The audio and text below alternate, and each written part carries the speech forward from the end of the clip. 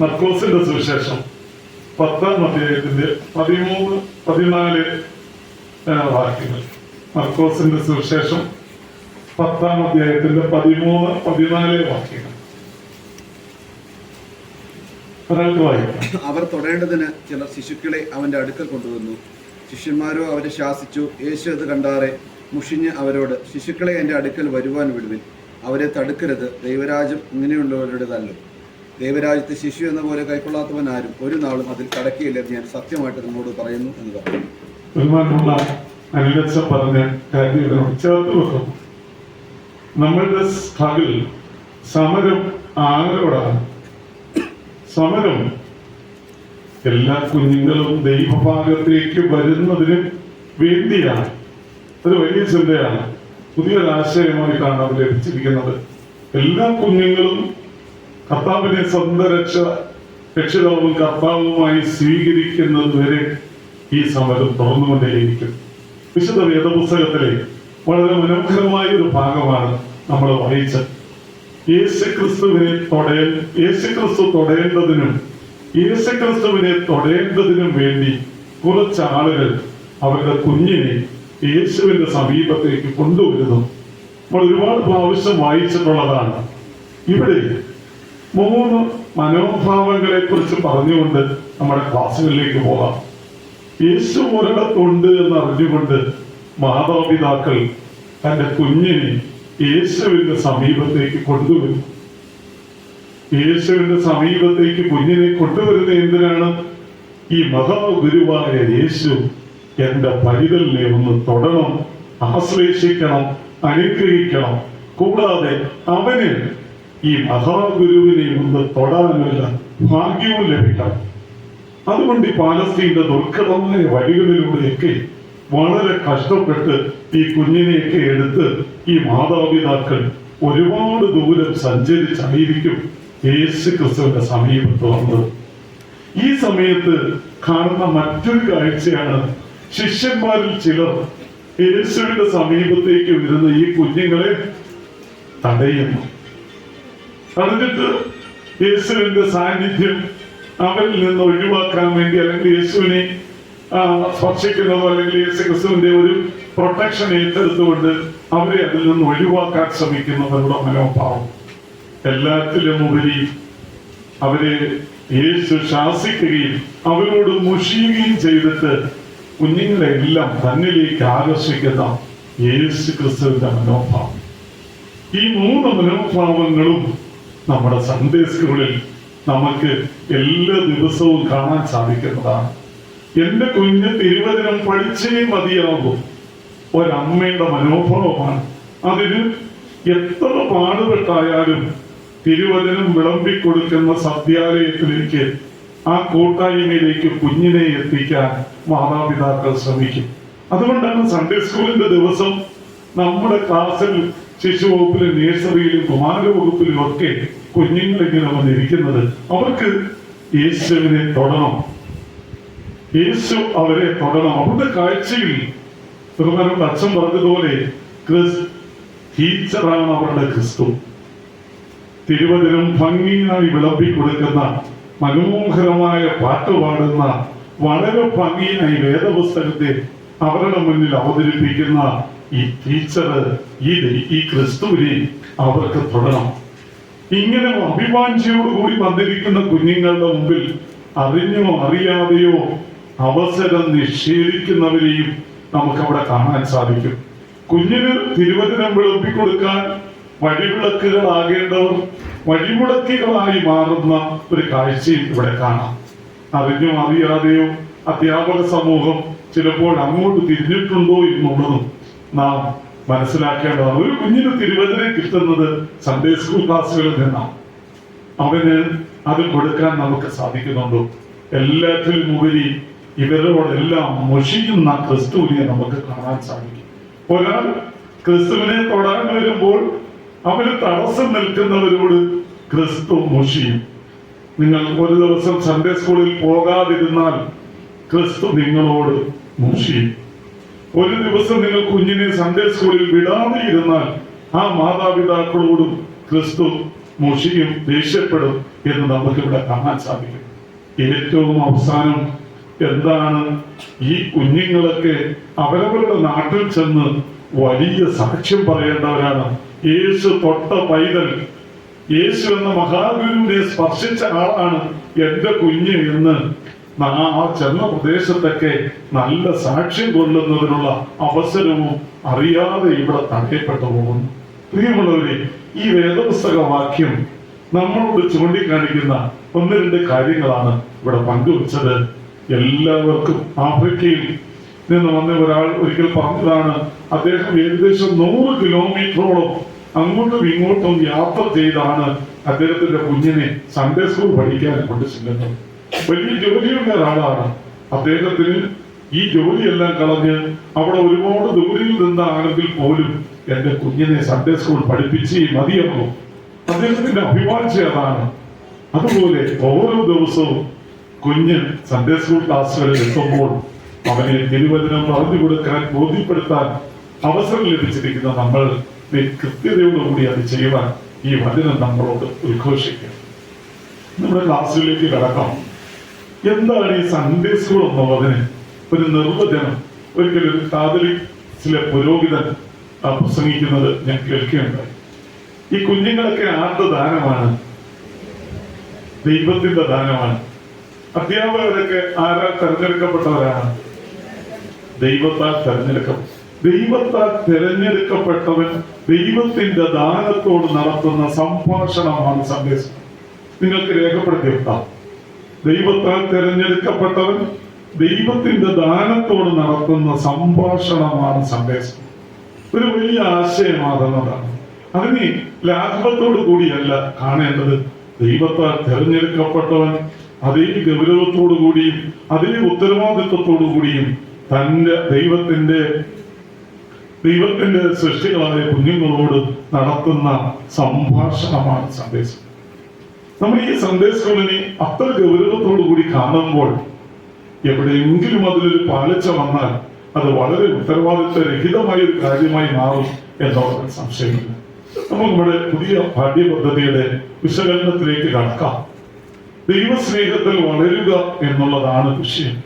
നിങ്ങൾ ഒരുപാട് പ്രാവശ്യം ഈ ക്ലാസ്സുകൾ കഴിഞ്ഞ വർഷമൊക്കെ ഇത് കേൾക്കാൻ ഇടയായിട്ടുണ്ട്. പല പ്രാവശ്യം പല പല ക്ലാസ്സുകളിലൂടെ നമ്മൾ ഈ വിഷയം ചർച്ച ചെയ്തിട്ടുള്ള കാര്യമാണ്.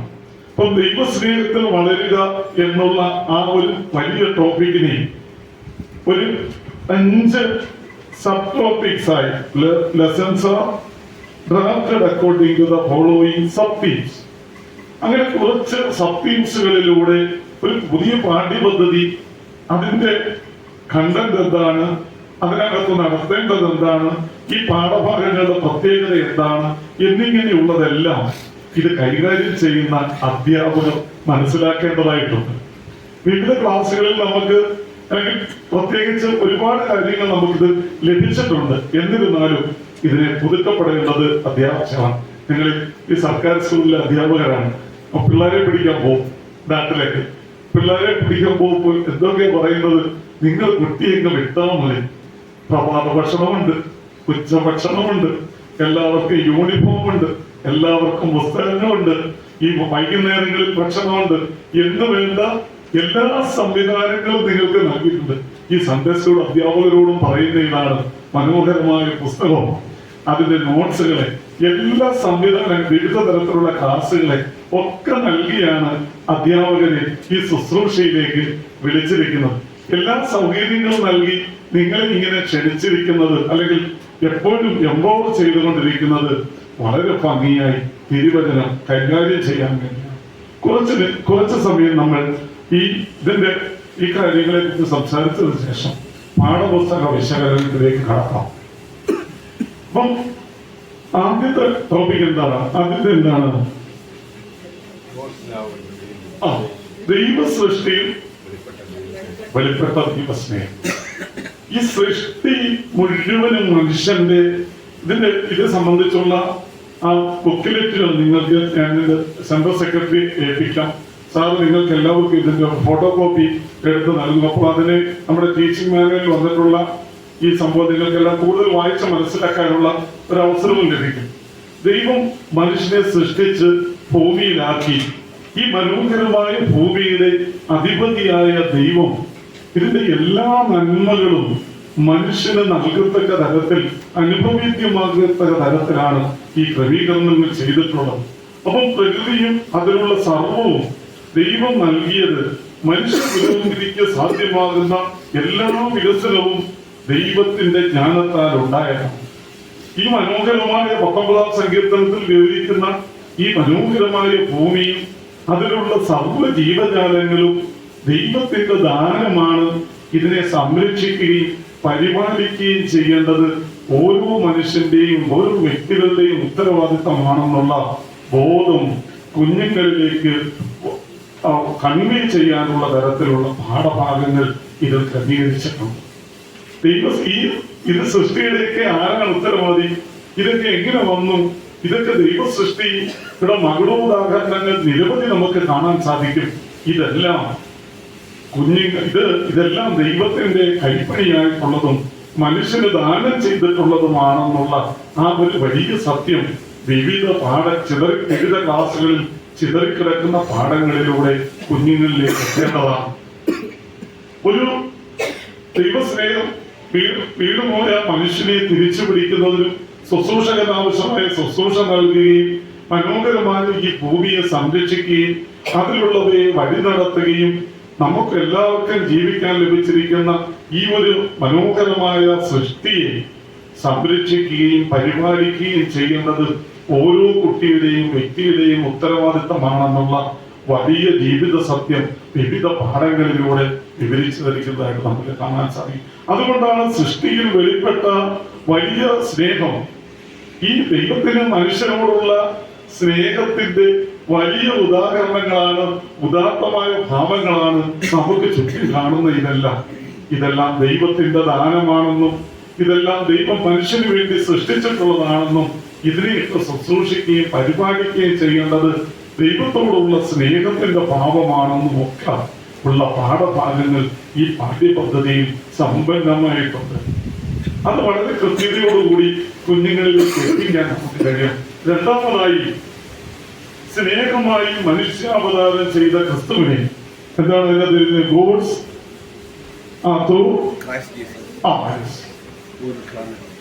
പൂർണ്ണമായി ദൈവസ്നേഹം മനുഷ്യാവതാരം ലഭിച്ചതാണ്. എങ്ങനെയാണ് ക്രിസ്തുവിനെ കുഞ്ഞ് മനസ്സിലാക്കുന്നത്? വിവിധ പാഠഭാഗങ്ങളിൽ വളരെ വ്യക്തതയോടുകൂടി അത് വെളിവാക്കിയിട്ടുണ്ട്. മനുഷ്യന് വേണ്ടി ഭൂമിയിലെത്തിയ, മനുഷ്യന്റെ സർവമാനമായ രക്ഷയ്ക്കും വേണ്ടി ഭൂമിയിലെത്തിയ ദൈവത്തിന്റെ സ്നേഹമാണ് ആൺരൂപം ധരിച്ച ഈ ക്രിസ്തു എന്ന് കുഞ്ഞിന് ബോധ്യപ്പെടുത്തണം. അവന്റെ ജനനം, ശൈശവം, ബാല്യം, ക്രൂശ് മരണം, സ്വർഗാരോഹണം, അതുപോലെ തന്നെ ഇങ്ങനെ രണ്ടാമത്തെ വരവ് എന്നിങ്ങനെ ശൃംഖലയായി പാഠഭാഗങ്ങൾ ക്രമീകരിച്ച് ദൈവം മനുഷ്യന് വേണ്ടി ദാനം നൽകിയ ക്രിസ്തുവിന്റെ ചരിത്രം വളരെ ഭംഗിയായി വിവിധ പാഠങ്ങൾ ക്രമീകരിച്ചിരിക്കുന്നു. പുതിയ പാഠ്യപദ്ധതിയുടെ ഏറ്റവും വലിയൊരു പ്രത്യേകതയായിട്ട് നമുക്ക് ഈ പാഠത്തെ നമുക്ക് കാണാൻ സാധിക്കും. നിങ്ങൾ ഒരു പാഠ്യപദ്ധതിയെ സമീപിക്കുമ്പോൾ അല്ലെങ്കിൽ ഒരു പാഠ്യപദ്ധതിയെ അവതരിപ്പിക്കുമ്പോൾ അതിനകത്ത് അടങ്ങിയിരിക്കുന്ന പാഠങ്ങളുടെ പ്രത്യേകതകൾ നാം മനസ്സിലാക്കേണ്ടതായിട്ടുണ്ട്.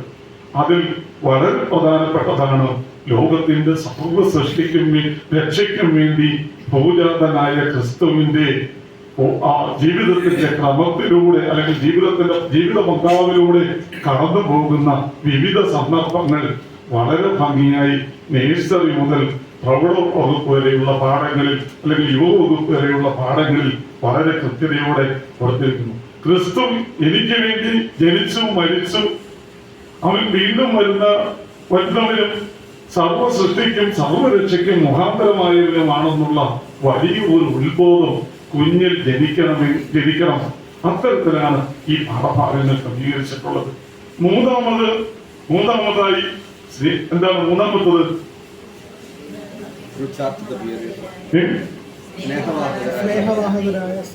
സഭ എന്നുള്ളത് ഒരുപാട് ചർച്ചകൾക്കും വിശകലനങ്ങൾക്കും വിധേയമായിട്ടുള്ള ഒരു സംഗതിയാണ്. ഒരു കുഞ്ഞിനെ സംബന്ധിച്ച് എന്താണ് സഭ? ഈ സഭയ്ക്ക് ഈ ഭൂമിയിലുള്ള സ്ഥാനം എന്താണ്? നമ്മുടെ സഭ ഈ സമൂഹത്തിൽ ചെയ്യുന്ന കാര്യങ്ങൾ എന്തൊക്കെയാണ് എന്നിങ്ങനെയുള്ളവ ആഴമായി പഠിക്കാനുള്ള ഒരു അവസരമാണ് ഈ പാഠ്യപദ്ധതി വിശകലനം ചെയ്യുന്ന മറ്റൊരു സംഗതി. ഒരുപാട് തെറ്റിദ്ധാരണകളോ അല്ലെങ്കിൽ തെറ്റായ സന്ദേശങ്ങളോ ഒക്കെ കുഞ്ഞിനെ വിവിധ മേഖലകളിൽ നിന്ന് സഭയെ കുറിച്ച് കിട്ടിക്കാണണം. പക്ഷേ അതിനെ എല്ലാം ദൂരീകരിക്കുന്ന തരത്തിലുള്ള ചരിത്രം പഠിക്കാൻ കുഞ്ഞിന് ഈ പാഠ്യപദ്ധതി അവസരമാക്കുന്നു.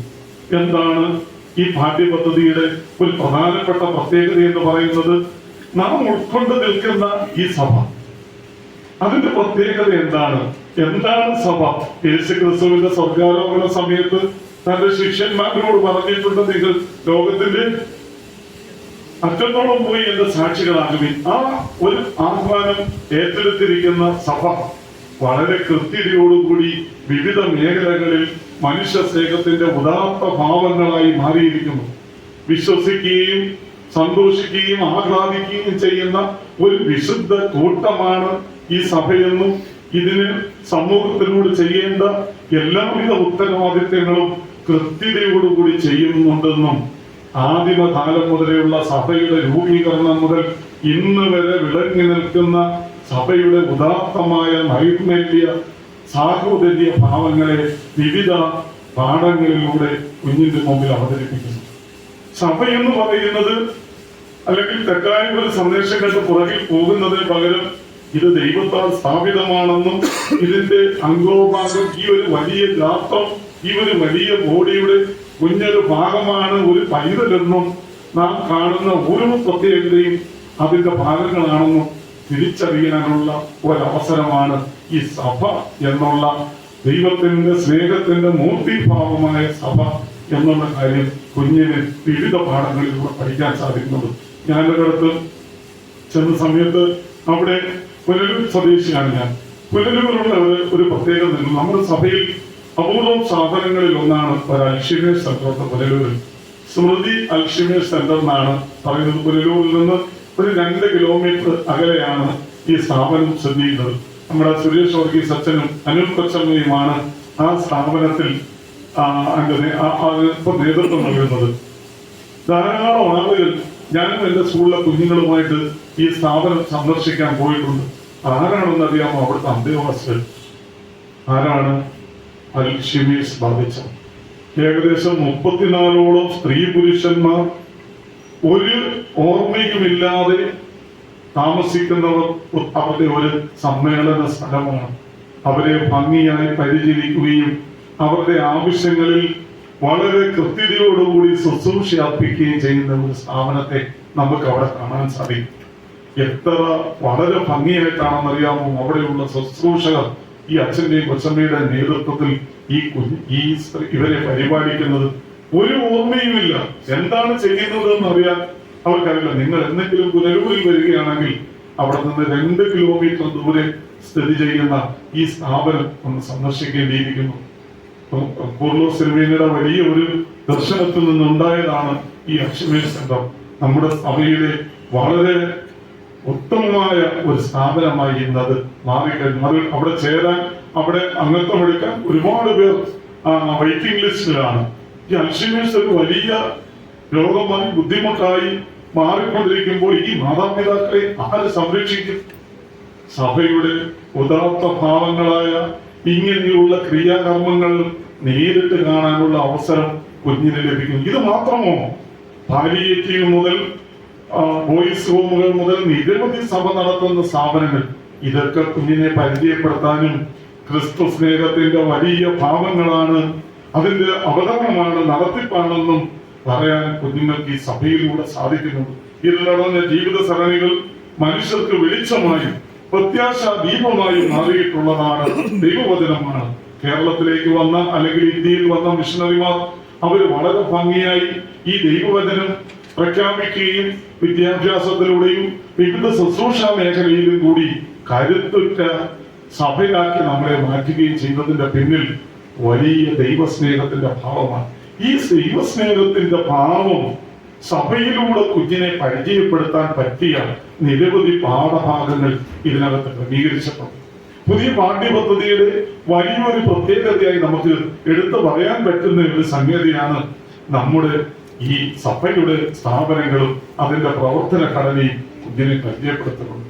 നാലാമതായി ഒരു കാര്യം കൂടി പറയാം. എന്താണ്? ദൈവസ്നേഹം, വ്യക്തിബന്ധങ്ങൾ. ഇന്ന് ഞാൻ കൂടുതൽ വിശദീകരണത്തിലേക്ക് പോകുന്നില്ല. വ്യക്തിബന്ധങ്ങൾ ഏറ്റവും കൂടുതൽ ചർച്ച ചെയ്തിട്ടുള്ള ഒരു കാലമാണിത്.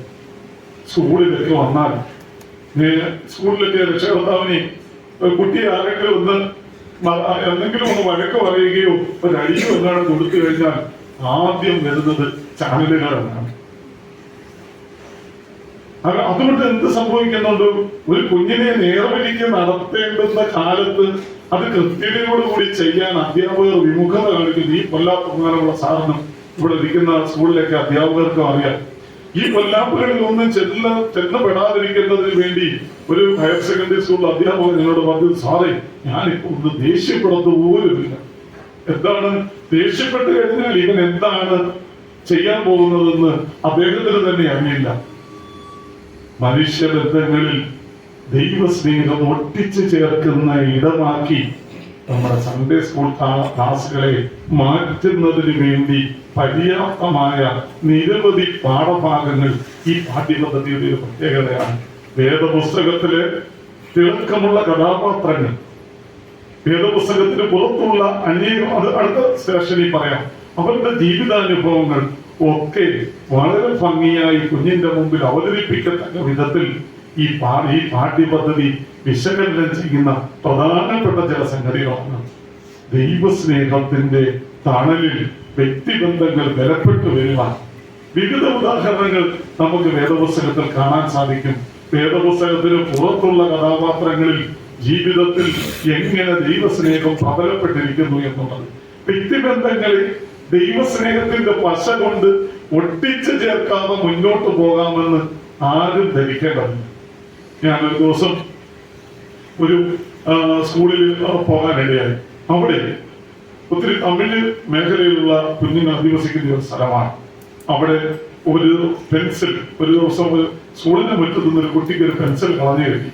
സാധാരണ രീതിയിൽ പെൻസിലൊക്കെ കിട്ടിയാൽ അവരൊക്കെ സ്വന്തമായിട്ട് അതന്നെ എടുക്കും. പക്ഷെ ആ കുട്ടി അത് തിരിച്ചു കൊണ്ടുവന്ന് ടീച്ചറെ ഏൽപ്പിച്ചിട്ട് പറഞ്ഞു, ടീച്ചർ ഇതുപോലെ പെൻസിൽ സ്കൂളിന്റെ അവിടെ നിന്ന് കിട്ടിയതാണെന്ന്. സാധാരണ രീതിയിൽ അങ്ങനെ നടക്കാത്തത് കൊണ്ട് ടീച്ചർ അവനെ കുറിച്ച് അന്വേഷിച്ചപ്പോഴാണ് മനസ്സിലായത്, ഇവൻ അതിനു മുമ്പുള്ള വെക്കേഷൻ കാലത്ത് അതിനടുത്തുള്ള ഒരു സൺഡേ സ്കൂളിന്റെ VBS പങ്കെടുത്തു. ആ VBSലെ ടീച്ചർ ഏതോ പാഠഭാഗങ്ങൾ അവതരിപ്പിച്ച വഴിയിൽ പറഞ്ഞു കൊടുത്തിരുന്നു, എന്താണ്? നമ്മുടേതല്ലാത്തതൊന്നും നമ്മൾ. ഇപ്പൊ ഈ കുട്ടി, നിനക്ക് നീ എന്താണ് ഇങ്ങനെ തിരിച്ചു തരാൻ കാരണമെന്ന് ടീച്ചർ അന്വേഷിച്ചപ്പോൾ പറഞ്ഞ കാര്യമല്ല, ടീച്ചറെ എനിക്ക് ഇന്ന് ടീച്ചർ ഈ കാര്യങ്ങൾ പറഞ്ഞു തന്നത്. നമ്മുടെ മേഖലയിൽ നിന്ന് പുറത്തുള്ളതായ ഒരു കുട്ടിയെ എങ്ങനെ ഇത് സ്വാധീനിച്ചു എന്നുള്ളതാണ് നമുക്ക് കാണാൻ സാധിക്കുന്നത്. പ്രിയമുള്ളവരെ, ദൈവസ്നേഹം കുഞ്ഞിലേക്ക് ചേർത്ത് വെക്കുന്ന ഒരിടമായി നമ്മുടെ സൺഡേ സ്കൂൾ ക്ലാസുകൾ മാറാൻ വേണ്ടി അതിന് പര്യാപ്തമായ നിരവധി പാഠഭാഗങ്ങൾ ഇവിടെ നമുക്ക് കാണാൻ സാധിക്കും. അതുപോലെ മാത്രമല്ല, ദൈവസ്നേഹത്തിൽ നിന്ന് വിരുദ്ധമായി അല്ലെങ്കിൽ അതിൽ നിന്ന് വേറിട്ട് ചിന്തിക്കുന്നവർക്ക് സംഭവിക്കുന്ന വിവിധ വിഷയങ്ങളും ഈ ചില പാഠഭാഗങ്ങളിലൂടെ നമുക്ക് കുഞ്ഞിനെ ബോധ്യപ്പെടുത്താനായിട്ട് സാധിക്കും. ഈ പാഠ്യപദ്ധതി വിശകലനം ചെയ്യുന്ന ഏറ്റവും പ്രധാനപ്പെട്ട സംഗതിയായി വ്യക്തിബന്ധങ്ങളെ വിളക്കി ചേർക്കാൻ ദൈവസ്നേഹം എന്ന് പറയുന്ന ആ വലിയ ഒരു ഗമ്മിന് അല്ലെങ്കിൽ ഒരു മീഡിയർക്ക് മാത്രമേ സാധിക്കൂ എന്ന് നമുക്ക് കാണാൻ സാധിക്കും. പൗലോസ് കൊരിന്ത്യർക്ക് ലേഖനം 13-ാം അധ്യായത്തിൽ സ്നേഹത്തെ കുറിച്ച് വിശകലനം ചെയ്യുന്ന അവസരത്തിൽ കാണാൻ സാധിക്കും, സ്നേഹമില്ലാത്ത സംഭാഷണങ്ങൾ എന്താണ് വെറും ഉപകരണങ്ങളായി മാത്രം മുഴങ്ങുന്ന, ചിലപ്പോ ചിലർക്കുന്ന കൈത്താളങ്ങളും ഒക്കെ ആയി മാറുന്നുള്ളൂ. പക്ഷേ സംഭാഷണങ്ങളിൽ സ്നേഹത്തിന്റെ തേൻ ഒളിപ്പിച്ചു വെച്ചിട്ടുള്ള ഒരു ചെറിയ കഥ ഞാൻ കേട്ടിട്ടുണ്ട്. എന്താണ്? ഒരു രാജാവ് ഒരിക്കൽ ഏറ്റവും മികച്ച പൂക്കളെ തെരഞ്ഞെടുക്കാൻ ഒരു മത്സരം. ഏറ്റവും മികച്ച പൂക്കൾ ആ രാജ്യത്തെ ആളുകൾ കൊണ്ടുവന്നു. അങ്ങനെ ഒത്തിരി ആളുകൾ വിവിധ പൂക്കളുമായിട്ട് വന്നു. ഓരോരുത്തരും രാജാവിന്റെ സന്നിധിയിൽ വന്ന് ഈ പൂക്കളെ കുറിച്ച് വിശദീകരിച്ചു. എന്താണ്? ഇതിന് നല്ല മണമുണ്ട്, ഇതിന് നല്ല നിറമുണ്ട്, ഇത് ബഞ്ചസായി കുലകുലകളായിട്ട് വളരും. അങ്ങനെ ഓരോരുത്തരും അവരവരുടെ കാര്യങ്ങളൊക്കെ ഒരാൾ പറഞ്ഞു ഇത് മൈലുകൾക്ക് ദൂരം ഇതിന്റെ മണം എത്തും എന്ന് പറഞ്ഞു. അവസാനം വൃദ്ധനായ ഒരു മനുഷ്യൻ പൂവും കൊണ്ടുവന്നു. അയാൾ പറഞ്ഞു എന്റെ പൂവിന് ഭംഗിയുണ്ട്, അതിന് നല്ല മണമുണ്ട്, പക്ഷെ ഇതിന് വേറൊരു പ്രത്യേകതയുണ്ട്. ഈ പൂവിന്റെ ഉള്ളിൽ എന്തുണ്ട്? തേനുണ്ട്. ഈ പൂവിന്റെ ഉള്ളിൽ തേനുണ്ട്. അവന് രാജാവ് സമ്മാനം കൊടുത്തു എന്നാണ് ആ കഥയിൽ പറയുന്നത്. ഈ തേനിനെ നമുക്ക് തിരുവചനമായിട്ട് എടുക്കാം. തിരുവചനം കുഞ്ഞിലേക്ക് കൺവേ ചെയ്യുന്നവരാരാണോ അവരാണ് യഥാർത്ഥ അധ്യാപകർ എന്ന് നമുക്ക് കാണാൻ സാധിക്കും. അവന് മാത്രമേ സമ്മാനങ്ങളുള്ളൂ. നമ്മുടെ ബന്ധങ്ങളിൽ ദൈവസ്നേഹം ഊട്ടിയുറപ്പിക്കുന്ന തലത്തിലേക്ക് പോകുവാൻ സാധിക്കുന്നുള്ളൂ. എല്ലാ മേഖലകളിലുള്ള ബന്ധങ്ങളും ഈ പാഠപുസ്തകങ്ങളിൽ കാണാം. അമ്മായിയമ്മയും മരുമോളും തമ്മിലുള്ള ബന്ധം, രാജാവും ഭൃത്യനുമായിട്ടുള്ള അല്ലെങ്കിൽ ഭൃത്യനുമായിട്ടുള്ളത്, രോഗബാധിതർ തമ്മിലുള്ളത്, ഇങ്ങനെയുള്ള ബന്ധങ്ങൾ സമൂഹത്തിന്റെ എല്ലാ വഴികളിലും വിളങ്ങിയ ദൈവസ്നേഹത്തെ നമുക്ക് ഈ വിവിധ പാഠഭാഗങ്ങളിലൂടെ കാണാൻ സാധിക്കും. അതാണ് ഇതിന്റെ മറ്റൊരു പ്രത്യേകത. ഇങ്ങനെ വിവിധങ്ങളായി ക്രമീകരിച്ചിരിക്കുന്ന പാഠഭാഗങ്ങളാൽ ഇത് വളരെ സമ്പന്നമായെന്ന് നമുക്ക് കാണാൻ സാധിക്കും. ഒരു സ്നേഹബന്ധം എങ്ങനെയാണ് അടുത്ത തലമുറയിലേക്ക് പകരപ്പെടുന്നത് എന്നുള്ളതിന്റെ ഉദാഹരണങ്ങളും ഈ വേദഭാഗങ്ങളിലൂടെ നമുക്ക് കാണാൻ സാധിക്കും. അതുകൊണ്ട് ബന്ധങ്ങളിൽ സ്നേഹത്തിന്റെ വലിയ ബന്ധങ്ങൾ ഊട്ടിയുറപ്പിക്കുന്ന നിരവധി പാഠഭാഗങ്ങളാൽ സമ്പന്നമാണ് ഈ പുതിയ പാഠ്യപദ്ധതി. അഞ്ചാമതൊരു കാര്യങ്ങളും കൂടി പറഞ്ഞ് നമുക്ക് അവസാനിപ്പിക്കാം. എന്താണ്?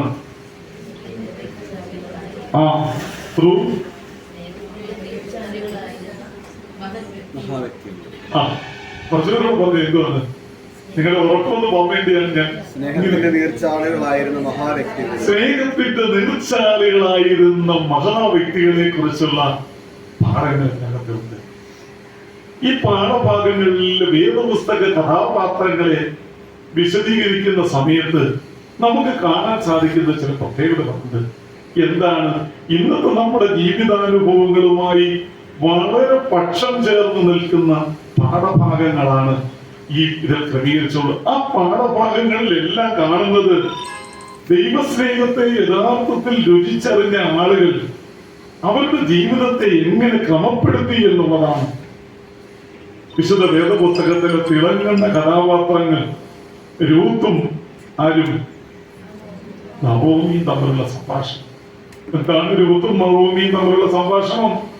നവോമി എന്ന് പറഞ്ഞു മരുമക്കളോട്, നിങ്ങൾക്ക് ഇഷ്ടമുള്ളത് തിരഞ്ഞെടുക്കാം, നിങ്ങൾ നല്ല ജീവിതാനുഭവങ്ങൾ തേടി നിങ്ങൾക്ക് നിങ്ങളുടെ പ്രദേശങ്ങളിലേക്ക് പോകാം. പക്ഷേ രൂത്ത് മറുപടി പറഞ്ഞു, ഈ ദൈവമെല്ലാം ഒന്നാണ്, എന്നെ വിട്ടുപോകാനൊന്നും എന്നോട് പറഞ്ഞു.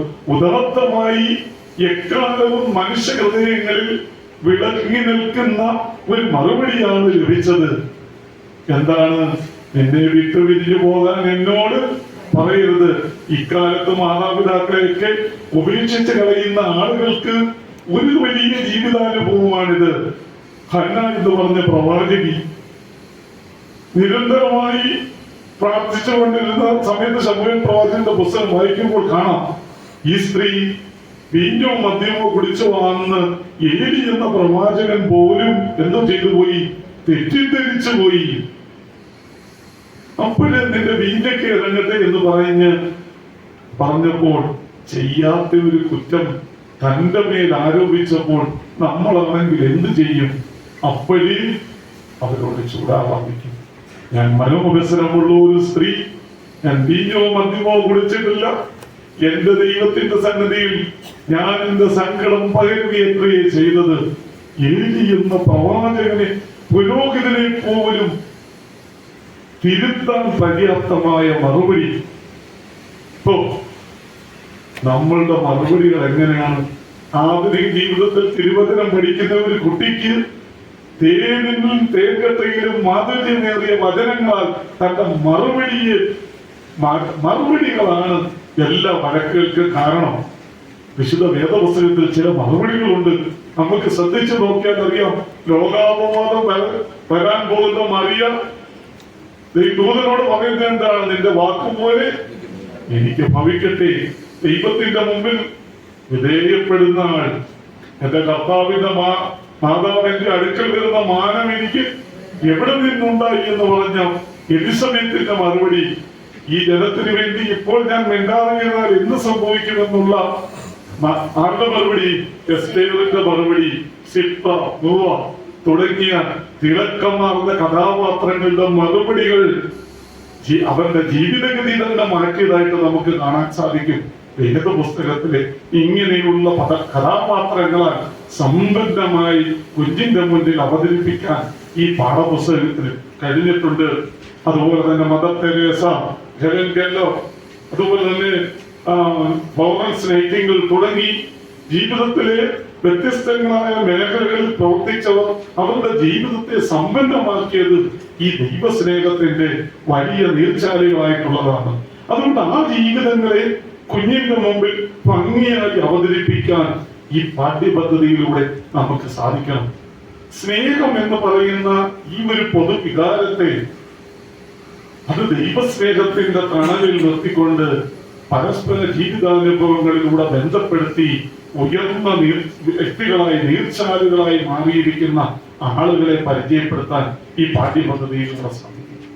പ്രിയമുള്ളവരെ, ഒരു പാഠ്യപദ്ധതി കുഞ്ഞിന്റെ മുന്നിൽ അവതരിപ്പിക്കുമ്പോൾ അല്ലെങ്കിൽ വിവിധ ക്ലാസ്സുകളിലൂടെ ഈ വേദപുസ്തകത്തെ ഇങ്ങനെ കൺവേ ചെയ്യുമ്പോൾ ഒരു അധ്യാപകൻ അറിഞ്ഞിരിക്കേണ്ട കാര്യങ്ങളാണ്. നമ്മുടെ പാഠഭാഗങ്ങളുടെ വിശകലനത്തിലേക്ക് പോകുമ്പോൾ അത് നമുക്ക് മനസ്സിലാക്കാൻ സാധിക്കും. നമ്മൾ കൃത്യതയോടുകൂടി ഈ കാര്യങ്ങളെ സൂക്ഷ്മമായി അവലോകനം ചെയ്ത് കുഞ്ഞിന്റെ മുമ്പിൽ അവതരിപ്പിക്കാൻ സാധിക്കണം. ദൈവം സ്നേഹത്തിന്റെ മൂർത്തിഭാവമായ ഈ ദൈവസ്നേഹത്തെ തലമുറകളോളം നിർത്തേണ്ട ഈ സംഗതിയെ വളരെ ഭംഗിയായി കുഞ്ഞിന്റെ മുമ്പിൽ അവതരിപ്പിക്കത്തക്ക രീതിയിലാണ് ഈ പാഠപുസ്തകം, ഈ പാഠഭാഗം ക്രമീകരിച്ചിട്ടുള്ളത്. ഇത്രയും കാര്യങ്ങളാണ് അതിന്റെ ആമുഖമായി എനിക്ക് പറയാനുള്ളത്. ഇനി പാഠങ്ങളുടെ ഡിവിഷനുകളിലേക്കും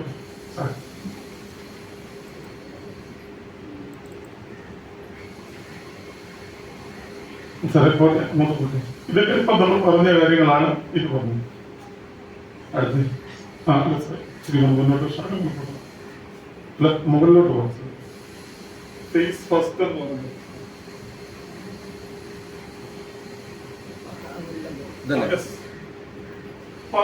പാഠഭാഗങ്ങളെ നിങ്ങൾക്ക് കുറിച്ചെടുക്കാം. 3 ഫേസുകളായി തിരിച്ചിട്ടുണ്ട്. അതിന്റെ പ്രത്യേകതകളാണ് ഈ പറയാൻ പോകുന്നത്. ഫസ്റ്റ് ഫേസ് എന്തൊക്കെയാണ്? നേഴ്സറി, ശിശുവകുപ്പ്, ബാലവകുപ്പ്. അപ്പം ഈ പാഠഭാഗങ്ങളെ വളരെ ക്രമീകൃതമായി 3 ഫേസുകളാക്കി തിരിച്ചിട്ടുണ്ട്. അതിലെ ഒന്നാമത്തതാണ് നേഴ്സറി, ശിശുവകുപ്പ്, ബാലവകുപ്പ്. ഒന്ന് വ്യത്യസ്തമായത് എന്താണ് ഈ ക്ലാസ്സുകളിലെ കുഞ്ഞുങ്ങളുടെ പ്രത്യേകത? അവരുടെ പാഠഭാഗങ്ങൾ എങ്ങനെയാണ് അവരുടെ മുന്നിൽ അവതരിപ്പിച്ചു കൊടുക്കുന്നത്? അവിടെ ഒരു അധ്യാപകൻ സ്വീകരിക്കേണ്ട കാര്യങ്ങൾ എന്താണ്?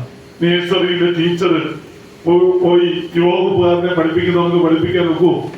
നേഴ്സറിയിലെ ടീച്ചർ ഒരു ബിഗ് ഷോപ്പറുമായിട്ട് സൺഡേ സ്കൂളിൽ പോകണമെന്ന അഭിപ്രായക്കാരനാണ് ഞാൻ. എന്തിനാണ് ബിഗ് ഷോപ്പറുമായിട്ട് സൺഡേ സ്കൂളിൽ പോകുന്നത്? തിരിച്ചു വരുന്നതിന് സാധനം മാറ്റം തരാനോ? നേഴ്സറിയിലെ കുട്ടിയെ സംബന്ധിച്ച് അവൻ എന്ത് മതി? അവന് പൊട്ടിക്കാനും കഥകൾ കേൾക്കാനും കളറടിക്കാനും അതിനിടയിലൂടെ ഈ തിരുവചന ഭാഗം ഗ്രഹിക്കാനുമുള്ള അവസരം. ആ കഥകളെയൊക്കെ എങ്ങനെ പറയാൻ സാധിക്കും, എങ്ങനെ അവതരിപ്പിക്കാൻ സാധിക്കും? ഞാൻ ചെറിയ ക്ലാസ്സുകളിലായിരുന്ന സമയത്ത് എന്നെ ശമര്യക്കാരന്റെ കഥ പഠിപ്പിച്ച ഒരു സാറ്, വളരെ ഭംഗിയാണ് ഈ സാറ് ഈ കഥ പഠിപ്പിച്ചിരുന്നു. ഞാൻ തിരിച്ച് വീട്ടിലോട്ട് പോകുന്ന അവസരത്തിൽ ഒരു തോടും വഴിയും ഒക്കെ ഉണ്ട് ഞങ്ങളുടെ വീടിന്റെ അവിടെ. അവിടെ ഞാൻ പതിവായി എത്തി നോക്കാറുണ്ട്. എന്താണ്, ആരെങ്കിലും ഒരുത്തൻ മുറിവേറ്റ് ഇവിടെ കിടക്കുന്നുണ്ടോ, ആരെങ്കിലും ആരും വരുന്നതിന് മുമ്പേ അവനെ എടുത്ത് ആശുപത്രി കൊണ്ടുപോകണം. എങ്ങനെയാണ് എന്റെ മനസ്സിൽ ഇങ്ങനെ ഒരു ചിന്ത വന്നത്? ശമരിയാക്കാരന്റെ കഥയെ വളരെ ഭംഗിയായ ഒരു വാഗ്മയ ചിത്രമായി എന്റെ മുമ്പിൽ അവതരിപ്പിച്ച ആ അധ്യാപകന്റെ മികവാണത്. വിശുദ്ധ വേദപുസ്തകത്തിലെ ഒരു സംഭവത്തെ അതിന്റെ എല്ലാ തനിമയോടും കൂടി വളരെ ഭംഗിയായി അവതരിപ്പിക്കാൻ അധ്യാപകൻ ഞാൻ വളരെ ശ്രദ്ധാപൂർവം ഞങ്ങൾ അന്ന് ഈ കഥ കേട്ടിരുന്നു. ഈ കഥ നമ്മളിൽ ഉണ്ടാക്കിയ ഇമ്പാക്ട് എന്താണ്? അധ്യാപകൻ അന്ന് നമ്മളിപ്പോ പഠിപ്പിക്കുന്നവർക്ക് പാഠപുസ്തകം നോക്കിയൊന്നും പഠിപ്പിച്ചിട്ടില്ല. വളരെ ഭംഗിയായി ഈ കഥയെ മനസ്സിലാക്കിക്കൊണ്ടുവന്ന് നമ്മളുടെ മുമ്പിൽ അവതരിപ്പിക്കുകയാണ് ചെയ്തത്. നേഴ്സറിയിലും ശിശുവകുപ്പിലും ബാലവകുപ്പിലും പഠിപ്പിക്കുന്ന അധ്യാപകർ ഈ കഥയെ കുഞ്ഞിന്റെ മുമ്പിൽ അവതരിപ്പിക്കത്തക്ക രീതിയിലേക്ക് സ്വന്തം നിലയിൽ അതിനെ ഒന്ന് മാറ്റണം. എങ്ങനെയാണ് അതിനെ മാറ്റാൻ പറ്റുന്നത്? അത് ഈ കൺസേൺഡ് വേദഭാഗങ്ങൾ നിങ്ങൾ കൃത്യമായിട്ട് വായിക്കണം. ഏത് പാഠഭാഗമാണോ നമ്മൾ അവതരിപ്പിക്കുന്നത് ആ പാഠഭാഗത്തിന്റെ വേദഭാഗവും ഈ കുഞ്ഞിന്റെ മുമ്പിൽ അവതരിപ്പിക്കത്തക്ക തരത്തിലുള്ള ഈ പാഠഭാഗത്തെയും ഒന്നിലധികം പ്രാവശ്യം അല്ലെങ്കിൽ നിരവധി പ്രാവശ്യം വായിച്ചു കഴിയുമ്പോൾ എന്ത് സംഭവിക്കും? കുഞ്ഞിന്റെ മുന്നിൽ പറയാനുള്ള കാര്യങ്ങൾ തനിയെ നമ്മളിൽ ഉണ്ടാകും. അതാണ് നമ്മുടെ ഈ തിരുവചന പഠനത്തിന്റെ ഒരു പ്രത്യേകത. അതൊന്ന് കുറിച്ചു വെക്കുകയോ മറ്റുമൊക്കെ ചെയ്താൽ ഈ ക്ലാസ്സിൽ നോക്കി ഇത് പറയേണ്ട ആവശ്യമില്ല. ശിശുവകുപ്പിൽ സക്കായിയുടെ പാഠം പഠിപ്പിക്കുന്ന ആൾ വളരെ ഭംഗിയായി യേശു ക്രിസ്തു ഈ കാട്ടത്തിയുടെ ചുവട്ടിൽ വരുന്നതും കുഞ്ഞിനെ സക്കായിയെ വിളിച്ചിറക്കുകയും അവന്റെ വീട്ടിൽ പാർക്കാൻ പോകുന്നയൊക്കെ സംഭവങ്ങൾ വളരെ ഭംഗിയായി കുഞ്ഞിന്റെ മുമ്പിൽ അവതരിപ്പിക്കാനുള്ള ഒരു ടൂൾ അല്ലെങ്കിൽ ആ ഒരു അവതരിപ്പിക്കുന്ന സംഗതി സ്വയമേവ നമ്മളിൽ ഉണ്ടായി വരും.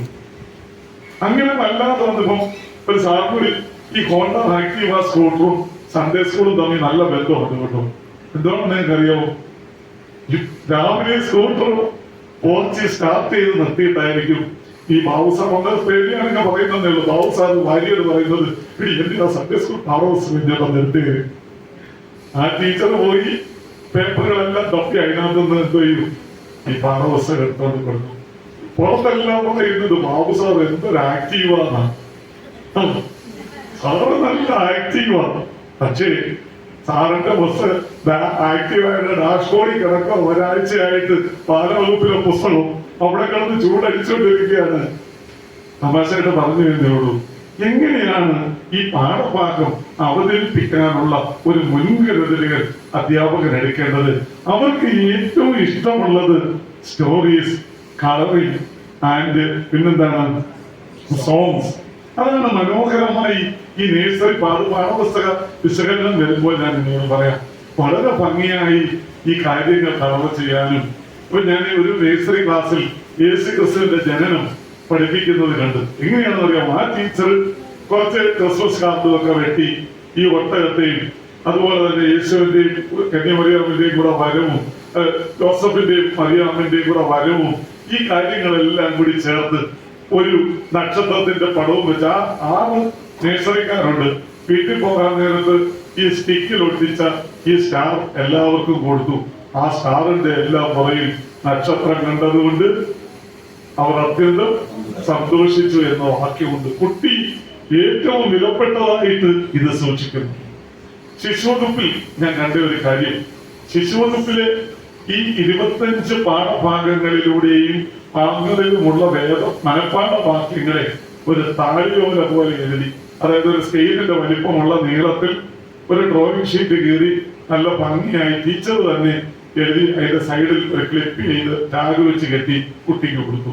അത് പാഠഭാഗത്തിന്റെ അവസാന സമയത്താണ്. എന്താണ്? മല്ലിപ്പൂക്കളൊക്കെ ഒട്ടിച്ച ഈ ചിത്രം, ഈ ബുക്ക് അല്ലെങ്കിൽ ഈ ഒരു താളിയോല ഈ കുഞ്ഞ് വളരെ സൂക്ഷിക്കും. കുഞ്ഞിന് സൺഡേ സ്കൂൾ ക്ലാസ്സിലെ വാക്യം പഠിപ്പിക്കാൻ നമ്മൾ ചെന്നിരുന്ന് ഈ കടന്ന് പറയുന്ന വിശകലനം ഒന്നും കുഞ്ഞിന് ആവശ്യമില്ല. അവനെ ആക്റ്റീവ് ബഹുമാനമുള്ള അച്ഛൻ പറഞ്ഞത് നിങ്ങൾ കേട്ടിട്ടുണ്ടോ? ഒരു ആക്ടിവിറ്റി ഓറിയന്റഡ് ആയിട്ട് പഠിപ്പിക്കത്തക്ക തരത്തിലേക്ക് ക്ലാസ് ക്രമീകരിക്കും. എന്താണ് അതിന്റെ പ്രത്യേകത?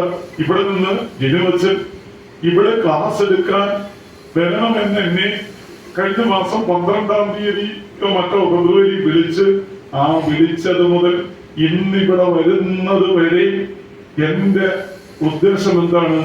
ഈ പാലക്കാട് വരുന്ന സൺഡേ സ്കൂൾ ക്ലാസ്സിനെ എത്ര മനോഹരമാക്കി മാറ്റാം എന്നുള്ളതാണ്. അതിനുവേണ്ടി ഈ സ്ലൈഡും എടുത്ത് ഇതിന്റെ പ്രിന്റൗട്ടും ഈ പാഠപുസ്തകത്തിന്റെ ഭാഗങ്ങളിൽ എല്ലാം ഞാൻ കൊണ്ടുവന്നത് എന്തിനാണ്? നിങ്ങളുടെ അറ്റൻഷൻ നഷ്ടപ്പെടാതെ ഏറ്റവും ഭംഗിയായി ഈ ക്ലാസ് എനിക്ക് നിങ്ങളുടെ മുമ്പിൽ എങ്ങനെ അവതരിപ്പിക്കാം എന്നുള്ള ചിന്ത കൊണ്ടാണ്. പ്രിയമുള്ള സൺഡേ സ്കൂൾ അധ്യാപകരെ, ദൈവം നിങ്ങളെ നിയോഗിച്ചിരിക്കുന്നത് ഈ തിരുവചനം വളരെ ഭംഗിയായി കുഞ്ഞിന്റെ മുമ്പിൽ അവതരിപ്പിക്കാനുള്ള ചുമതലയിലേക്കാണ്. വളരെ മുന്നൊരുക്കത്തോടുകൂടി, വളരെ ഭംഗിയായ ക്രമീകരണത്തോടുകൂടി ഈ കുഞ്ഞുങ്ങൾ ഇവിടെ നേഴ്സറി പഠിപ്പിക്കുന്നവർ അത് കൈയെത്തി. ആരെങ്കിലും ഉണ്ടോ നേഴ്സറി ചുമ്മാതെ ചോദിച്ചതേ ഉള്ളൂ, ചോദിക്കാനൊന്നുമല്ല. നേഴ്സറി പഠിപ്പിക്കുന്നവർ കൈയെത്തി വരാം. രണ്ടുപേര് ശിശുകുട്ടി പഠിപ്പിക്കുന്നവർ, ബാലവകുപ്പ്, ഈ 3 പേരും അടുത്ത ഞായറാഴ്ച സൺഡേ സ്കൂളിൽ പോകുന്നത് കഴിഞ്ഞ ആഴ്ച പോയ ലീലാമ്മ ടീച്ചറായിട്ടല്ല കേട്ടോ. വളരെ വ്യത്യസ്തമായി പാഠപുസ്തകങ്ങളുടെ വിശകലനം വരുമ്പോൾ ഞാനത് വിശദീകരിക്കാം. ആ ഒരു ടീച്ചറെയാണ് കുട്ടികൾ പ്രതീക്ഷിച്ചുകൊണ്ടിരിക്കുന്നത്. നമ്മുടെ പുൽപ്പിറ്റ് ചേഞ്ചുമായി ബന്ധപ്പെട്ട് ഒരു പള്ളിയിൽ പോയ അച്ഛൻ ഒരിക്കൽ സംഭാഷ വെച്ചാൽ എന്നോട് പറഞ്ഞു, ഒരു ടീച്ചർ കത്തൻ മാറ്റിയിട്ടില്ല. അവിടെ നിന്ന് പറയോ, ഇടോ ഈ രൂപത്താണോ ഓർമ്മയാണോ നവോമിയുടെ വരുമ്പോൾ മറ്റുള്ളതാണോ കില്ലിയതാണോ, നീ ഒന്ന് നോക്കി എന്തോ എന്റെ താഴെ എഴുതിയേക്കുന്നത്, എനിക്ക് കാഴ്ചകളുണ്ട് എന്ന് വായിച്ച് ഇവരെല്ലാം കൂടെ എങ്ങോട്ടാ പോയി? ഓരോ തിരിച്ചു പോയോ? പാഠം പഠിപ്പിക്കുവാണ്, ടീച്ചർ പഠിപ്പിക്കുവാണ്. പങ്കിലോനാണോ തില്യോനാണോ രൂപത്തിന്റെ ഓർമ്മയുടെ ആരാണെന്നൊക്കെ കൊച്ചിനോട് ചോദിക്കുന്ന സംഭാഷണത്തിലോ ഒരു തയ്യാറെടുപ്പും ഇല്ല. രൂത്ത് എന്ന് പറയുന്ന പേര് ഒന്ന് ഓൺലൈനിൽ അടിച്ചു കൊടുത്താൽ രൂത്തിന്റെ മുഴുവൻ ചരിത്രങ്ങളും പ്രിന്റ് ഔട്ടായി കുഞ്ഞിന്റെ കയ്യിലെത്തുന്ന ഈ കാലഘട്ടത്തിലാണ് ഒരു മുന്നറിയിപ്പുമില്ലാതെ അധ്യാപകൻ ക്ലാസ്സിനെ സമീപിക്കുന്നത്. എങ്ങനെയിരിക്കും? നിങ്ങൾക്ക് ചിലർക്ക് ആർക്കെങ്കിലും ഈ സൺഡേ സ്കൂൾ ക്ലാസ്സുകൾ ബുദ്ധിമുട്ടായിട്ട് തോന്നുന്നുണ്ടെങ്കിൽ നിങ്ങൾ ദയവ് ചെയ്ത് എന്തോ ചെയ്യണം? പഠിപ്പിക്കാൻ പോകരുത്. ഒരു പേപ്പറിൽ എഴുതി, സാറേ എനിക്ക് ഇത്രയും മുൻകരുതലുകളൊക്കെ എടുത്ത് ഒരു സാറ് വന്ന് ഇങ്ങനെ പറഞ്ഞ് എങ്ങനെ ഭീഷണിപ്പെടുത്തിയിരിക്കുകയാണ്, എനിക്ക് ഇത് പറ്റത്തില്ല എന്ന് പറഞ്ഞ് ഒരു പേപ്പറൊക്കെ എഴുതി കൊടുക്കാമെങ്കിൽ ആ ഹെഡ് മാസ്റ്റർക്കും ഹെഡ് മിസ്സസ്ക്കും അച്ഛനും ആ സൺഡേ സ്കൂൾ കുട്ടികൾക്കും എല്ലാം ഒരു അനുഗ്രഹമായി മാറും. എങ്ങനെയാണ്? ഞാനൊരു സൺഡേ സ്കൂളിലെ കാര്യം പറയാം. അവിടെ ഒരു ബാലവകുപ്പിലെ ടീച്ചറുണ്ട്. അവരുടെ പള്ളി ഒരു ഇറക്കത്താണ്, ഇങ്ങനെ മേലിൽ താഴെ പറയുകയാണ്. ഈ ബാലവകുപ്പിലെ ടീച്ചർ ചെന്ന് താമസിച്ചൊക്കെ ടീച്ചർ വരുന്നേ ചിലപ്പോ മകൻ കണ്ടുപിടിയേക്കാണ്, ഓടി അങ്ങോട്ട് ചെന്ന് 7:45, 8 ആകുമ്പോഴത്തേക്ക് ക്ലാസ്സിലോട്ട് അങ്ങ് മറിയുവോ. പിന്നെ നേരെ എഴുന്നേറ്റ് സാരിയൊക്കെ പിടിച്ചിട്ട് ക്ലാസ് തുടങ്ങുന്നത്. സമയമെന്ന് പറയുന്നത് കൃത്യതയോടുകൂടി പാലിക്കാൻ നമുക്ക് സാധിക്കുന്നില്ല. ദൈവം നമ്മളെ നിയോഗിച്ചിരിക്കുന്നത് ഈ തിരുവചനത്തെ ഏറ്റവും ഭംഗിയായി കുഞ്ഞിന്റെ മുമ്പിൽ അവതരിപ്പിക്കുക എന്നുള്ള വലിയ ഉദ്ദേശത്തോടു കൂടിയാണ്. ഒരു ചെറിയ സംഭവം കൂടി എന്നുകൊണ്ട് പറയാൻ പറ്റുന്നില്ല. ഒരു ഈ പാഠഭാഗത്തെ നമുക്ക് കൃത്യതയോടുകൂടി അവതരിപ്പിക്കാനുള്ള ഒരവസരം എവിടെയാണ് കിട്ടുന്നത്? ഈ ദിവസങ്ങളിൽ ഈ പുസ്തകങ്ങൾ നിങ്ങൾ മുഴുവനും വായിക്കണം. അതത് സൺഡേ സ്കൂൾ ക്ലാസ്സിലെ പാഠപുസ്തകങ്ങൾ അല്ലാത്ത പുസ്തകങ്ങൾ വായിക്കണം. അതിനൊരു ഉദാഹരണം പറയാം. പണ്ട് ഓക്ടോസിലെ ഒരു വലിയ ഒപ്പച്ചൻ ഉണ്ടായിരുന്നു. ഒപ്പച്ചന്റെ പ്രത്യേകത പണ്ടത്തെ കാര്യമാണ്. എല്ലാവരും വൈകിട്ട് സന്ധ്യാസമയത്ത് വീട്ടിൽ വന്നിരുന്ന് പ്രാർത്ഥിച്ച് ആരാധനക്രമം മുഴുവൻ ചൊല്ലി വേദപുസ്തകം വായിച്ചിട്ട് എന്തോ ചെയ്യാൻ നോക്കൂ, അത്താഴം കഴിക്കാൻ നോക്കൂ.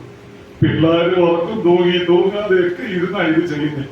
അവരെല്ലാം കൂടെ ഒരു ദിവസം തീരുമാനം എടുത്തെന്തോ, അവരെല്ലാം കൂടെ പരിമല പള്ളിയിൽ പോയപ്പോണ്ട് അവിടെ ഇങ്ങനെ കെട്ടിത്തൂക്കിയിട്ടേക്കുന്നുണ്ടോ ആരാധനക്രമ സംഗ്രഹം.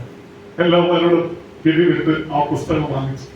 അന്ന് വൈകിട്ട് ആരാധനയ്ക്ക് ഇരുന്നപ്പോ പ്രാർത്ഥിക്കാനിരുന്നപ്പോ അപ്പച്ചനോട് പറഞ്ഞു, അപ്പച്ച നമുക്ക് ഇത്രയൊന്നും ചൊല്ലണ്ട, ഇപ്പൊ ഇങ്ങനെ ഒരു പുസ്തകമുണ്ട്, ഈ ചെറിയ ശ്രീരംഗം ചൊല്ലിയാൽ മതി എന്നാണ്. അപ്പച്ചൻ പറഞ്ഞ് എല്ലാ ദിവസവും ചൊല്ലുന്നതും ചൊല്ലി ഇന്ന് നിങ്ങൾ വാങ്ങിച്ചോണ്ട് വന്ന പുസ്തകവും ചൊല്ലിയിട്ട് മതി, പ്രാർത്ഥിച്ചാൽ മതി എന്നാണ് പറഞ്ഞത്. നിങ്ങളോട് ഇങ്ങനെയെങ്കിലും ഞങ്ങളങ്ങ് പഠിപ്പിച്ചു പോകുമ്പോഴാണ് പുനലൂരിൽ നിന്നൊരു സാറ് വന്ന് ഇനി ഇതുകൂടെ പറയുന്നത് എന്നാണ് തെറ്റിദ്ധരിക്കൽ. പ്രിയമുള്ളവർ, നേഴ്സറി സൺഡേസ്, നേഴ്സറി, ബാലവകുപ്പ്, ശിശുവകുപ്പ്, ഈ ഫേസ് ഫസ്റ്റിലുള്ള സൺഡേ സ്കൂൾ ക്ലാസ്സിലുള്ള കുഞ്ഞുങ്ങൾ വളരെ അവരുടെ പ്രത്യേകതകളൊക്കെ നമുക്ക് താഴോട്ട് വരുമ്പോൾ നമുക്ക് കാണാൻ സാധിക്കും. അവരെ പഠിപ്പിക്കാനുള്ള മുൻകരുതലുകൾ കൃത്യതയോടുകൂടി അധ്യാപകൻ എടുത്തിരിക്കണം. രണ്ടാമത്, lessons are explained by showing the pictures attached to the lesson. ഈ പാഠഭാഗത്തിൽ മനോഹരമായ ചിത്രങ്ങളുണ്ട്. ആ ചിത്രങ്ങൾ എങ്കിലും നിങ്ങൾ പ്രദർശിപ്പിക്കാൻ സാധിക്കണം. അതിന്റെ കളർ ചെയ്യണം. ഇപ്പൊ ഈ നേഴ്സറിക്കാരൻ ഒരു പാഠം കണ്ടാൽ അല്ലെങ്കിൽ ഒരു വേദപുസ്തകത്തിന്റെ ഒരു ഭാഗം അല്ലെങ്കിൽ ഒരു ഭാഗം മുമ്പിൽ എടുക്കുമ്പോൾ അവന് നമ്മുടെ വിശകലനത്തെക്കാൾ ഉപരി അതിനകത്ത് അടങ്ങിയിരിക്കുന്ന ആക്ടിവിറ്റിയിലാണ് താല്പര്യം. ഞാൻ ചെറിയ സ്കൂളിലെ ഹെഡ് മാസ്റ്ററാണ്. അപ്പൊ അവിടുത്തെ കുട്ടികളൊക്കെ പഠിക്കുകയും അവരെ അധ്യാപകർ പഠിപ്പിക്കുകയും ചെയ്യുന്നത് നമ്മൾ കാണുന്ന കാര്യമാണ്. ഒരു തയ്യാറെടുപ്പും ഇല്ലാതെ വരുന്ന അധ്യാപകന്റെ ക്ലാസ് ഒരു കുട്ടിയും കേൾക്കാറില്ല. അതാണ് ഒരു പ്രത്യേകത. അടുത്ത നോക്കി Most of the lessons are events or stories. ഇതാണ് ഫസ്റ്റ്, സെക്കൻഡ്, തേർഡ്. അപ്പം ഈ ഇതിനകത്തുള്ള വേദപുസ്തക ഭാഗങ്ങൾ ന്യൂ ടെസ്റ്റ്മെന്റിൽ നിന്നും ഓൾഡ് ടെസ്റ്റ്മെന്റിൽ നിന്നും എടുത്തിട്ടുള്ള മനോഹരമായ കഥാഭാഗങ്ങളാണ്. കഥയും സംഭാഷണങ്ങളും ക്രിസ്തുവിന്റെ ഉപമയും ഒക്കെ കൊണ്ടാണ് ഈ ഭാഗത്തെ സമ്പന്നമാക്കിയിരിക്കുന്നത്. പക്ഷേ നമ്മൾ അധ്യാപകരാണ്. അധ്യാപകരുടെ ഇടയിലുള്ള ചർച്ചകളാണ് ഇപ്പോൾ നമ്മൾ നടത്തിക്കൊണ്ടിരിക്കുന്നത്. ഇവിടെ എങ്ങനെ ഒരു പാഠഭാഗത്തെ ക്രമീകരിക്കാൻ അധ്യാപകന് സാധിക്കും?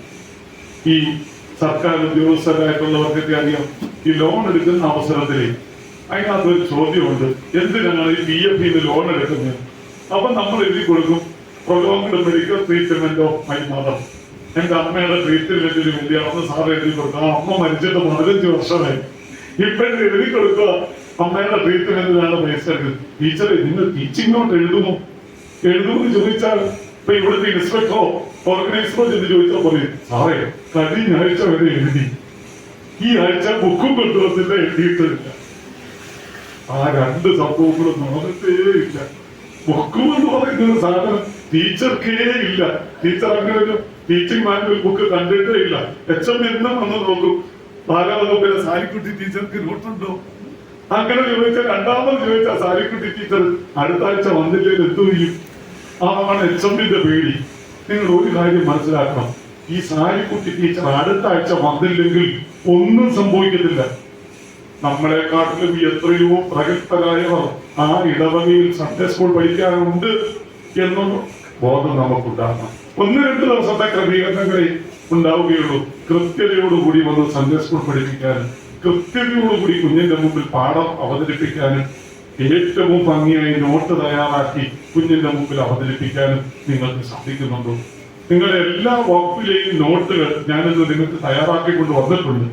അത് ഇതിനു ശേഷം ഞാൻ സെൻട്രൽ സെക്രട്ടറിക്ക് കൊടുക്കും. 1 മുതൽ 5 വരെയുള്ള പാഠങ്ങളുടെ നോട്ടുകളുണ്ട്. ഞങ്ങളുടെ ഭദ്രാസനം തയ്യാറാക്കിയതാണ്.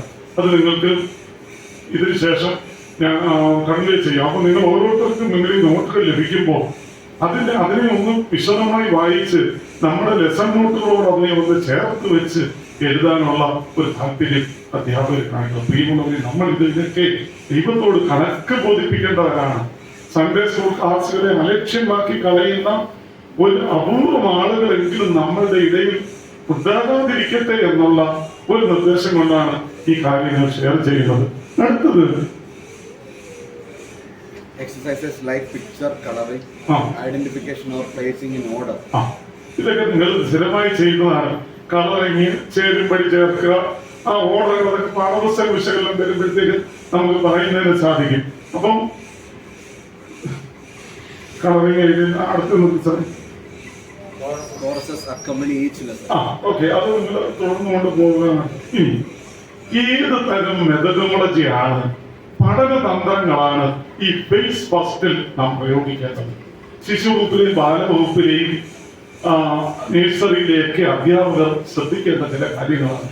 നമ്മൾ എന്തിനും അതോടെ അതൊക്കെ നമ്മൾ തുടർച്ചയായിട്ട് പറഞ്ഞുകൊണ്ടിരിക്കുന്നത്. ഒന്നാമത്തത് എന്താണ്? Story telling. ഈ സ്റ്റോറി ടെല്ലിംഗ് എന്ന് പറഞ്ഞാൽ ഇതിന്റെ മലയാളം കഥ പറയാ. ഇതിന് ഒരു കഥ പറയാം. ഞാൻ ഈ ഒരു സൺഡേ സ്കൂളിൽ പണ്ട് ചെന്നപ്പോ സൺഡേ സ്കൂളിലെ ക്ലാസ്സിനെ കുറിച്ച് കേട്ടതാണ്. ടീച്ചർ പഠിപ്പിച്ചുകൊണ്ടേയിരിക്കുക. ഒരു ചെറുക്കൻ പതുക്കെ മൊബൈൽ ഫോൺ എടുത്തിട്ട് ഫോണിൽ കൂടെ വിളിച്ചു പറഞ്ഞ്,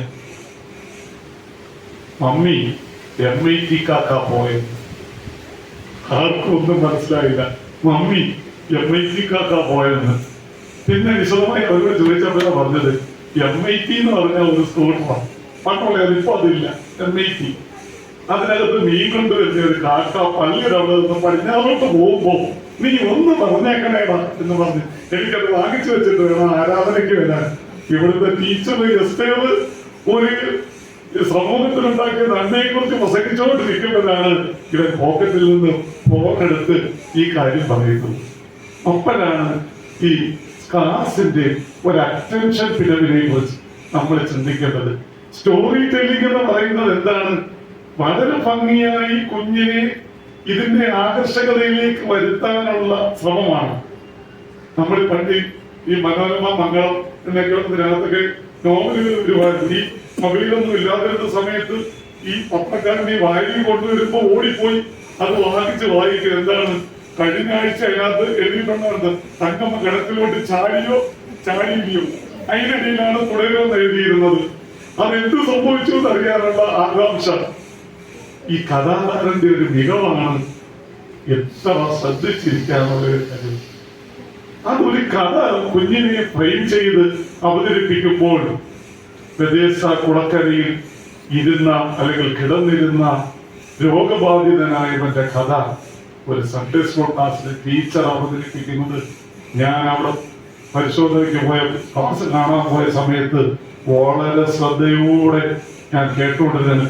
യഥാർത്ഥത്തിൽ ആ സ്റ്റോറി ഈ ടീച്ചർ അവതരിപ്പിക്കുന്നത് കേട്ടാൽ ഒരു ബദേസ്ത കുളക്കരയിൽ യേശുവും ഈ രോഗബാധിതനായ മനുഷ്യനും ഇങ്ങനെ കിടക്കുന്നത് പോലെ ഒരു വാഗ്മയ ചിത്രമാണ് ടീച്ചർ ഇങ്ങനെ അവതരിപ്പിച്ചത്.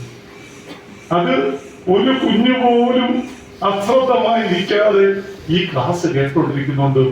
ടീച്ചറുടെ മുഖത്തുണ്ടാവുന്ന ഭാവങ്ങള് അതനുസരിച്ച് കുഞ്ഞുങ്ങളുടെ മേലിലോട്ട് കമ്മ്യൂണിക്കേറ്റ് ചെയ്യുന്ന രീതി, സൗണ്ടുകളുടെ മോഡുലേഷൻ, വോയിസിന്റെ ചേഞ്ച്, ഇതെല്ലാം വളരെ ശ്രദ്ധാപൂർവം ടീച്ചർ തയ്യാറാക്കിയ തിരക്കഥയുടെ ഭാഗമാണ്.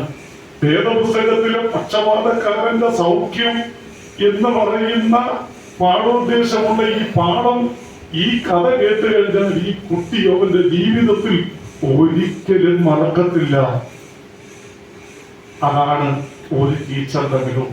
ഒരു സ്റ്റോറി പറയാൻ ഇത് ഒരു ദിവസം രാവിലെ അങ്ങോട്ട് ചെന്ന് പക്ഷപാതക്കാരുടെ കഥ പറയാൻ വേണം. കുളക്കരകളെ കിടക്കുമായിരുന്നു, യേശുവിനെ സൗഖ്യമാക്കി എന്ന് പറയാൻ സാധിക്കുന്നത് അന്ന് രാവിലെ മാത്രം പാഠപുസ്തകം തുറന്നു നോക്കുന്ന ടീച്ചർക്കേ സാധിക്കൂ. പക്ഷേ ഈ തിങ്കൾ മുതൽ വെള്ളി വരെ എന്തിനാ സീരിയൽ വെച്ചിരിക്കുന്നത്? ശനിയാഴ്ചയെങ്കിലും നമ്മൾ പാഠപുസ്തകം നോക്കാനാണ്. ഇങ്ങനെ ആരും തെറ്റിദ്ധരിച്ചു കളയില്ല. ഇപ്പൊ അതൊക്കെ മാറി. ഒരാഴ്ച നീണ്ടു നിൽക്കുന്ന ഈ അടുത്ത ആഴ്ച ഞാൻ എങ്ങനെ എന്റെ കുട്ടികളോട് ഈ പാഠം കൺവേ ചെയ്യും? അതായിരിക്കണം ഒരു സൺഡേ സ്കൂൾ ടീച്ചറെ ഒരാഴ്ച പരമേൽപ്പിച്ച് അവനെ അസ്വസ്ഥമാക്കുന്ന കാര്യം. Which strategy is more useful? ഏത് തന്ത്രമാണോ കൂടുതൽ താല്പര്യം അല്ലെങ്കിൽ ഏറ്റവും യൂസ്ഫുൾ ആയിട്ടുള്ളത് അത് തയ്യാറാക്കാൻ അധ്യാപകരെ നിങ്ങൾ മനസ്സിലാക്കണം. നാം വേദപുസ്തകത്തിലെ ഒരു സംഭവമോ ഒരു ചരിത്രവുമോ ആണ് ഒരു കുഞ്ഞിന്റെ മുന്നിലോട്ട് പകർന്നു വെക്കുന്നത്. അവന്റെ ജീവിതത്തിൽ അവനെ ആദ്യമായിട്ട് സക്കായിയും ബെഥേസ്ദയിലെ രോഗബാധിതനെയും ഭൂതഗ്രസ്തനെയും എസ്തേറിനെയും ഒക്കെ പരിചയപ്പെടുത്താൻ അവസരം ലഭിച്ച ആദ്യ ഭാഗ്യവാനാണ് സൺഡേ സ്കൂൾ അധ്യാപകൻ. കുഞ്ഞിന്റെ മുന്നിൽ ആദ്യമായിട്ട് ഒരു സ്ത്രീയെ അല്ലെങ്കിൽ ഒരു വേദപുസ്തകത്തില് തിളങ്ങുന്ന കഥാപാത്രത്തെ അവതരിപ്പിക്കാൻ ഭാഗ്യം ലഭിച്ചവനാണ് സൺഡേ സ്കൂൾ അധ്യാപകൻ. ആ ഏത് മാർഗമാണോ ആദ്യം നമ്മൾ സ്റ്റോറി ടെല്ലിംഗ് എന്ന് പറഞ്ഞത്, ഒരു കഥാവതരണത്തിലൂടെ ഈ കുഞ്ഞിന്റെ മുമ്പിൽ അവൻ ഒരിക്കലും മറക്കാൻ പറ്റാത്ത തലത്തിലേക്ക് ഈ വേദപുസ്തക ഭാഗത്തെ ഒട്ടിച്ചു വെക്കാൻ ഒരു ടീച്ചർക്ക് സാധിക്കണം. നിങ്ങൾ സൺഡേ സ്കൂൾ ക്ലാസ്സിനെ ഉപേക്ഷയായി വിചാരിക്കുന്നുണ്ടെങ്കിൽ ഇന്ന് തന്നെ അതിൽ നിന്നൊഴിയും. ഇത് ദൈവത്തിന്റെ ദാനത്തോട് ദൈവത്താൽ തെരഞ്ഞെടുക്കപ്പെട്ടവന്റെ സംഭാഷണമാണ്. അതിന്റെ നടുക്ക് വിളങ്ങി നിൽക്കുന്നത് ദൈവത്തിന്റെ തിരുസാന്നിധ്യമാണെന്നുള്ള ബോധത്തോടു കൂടി സൺഡേ സ്കൂളിനെ സമീപിക്കണം.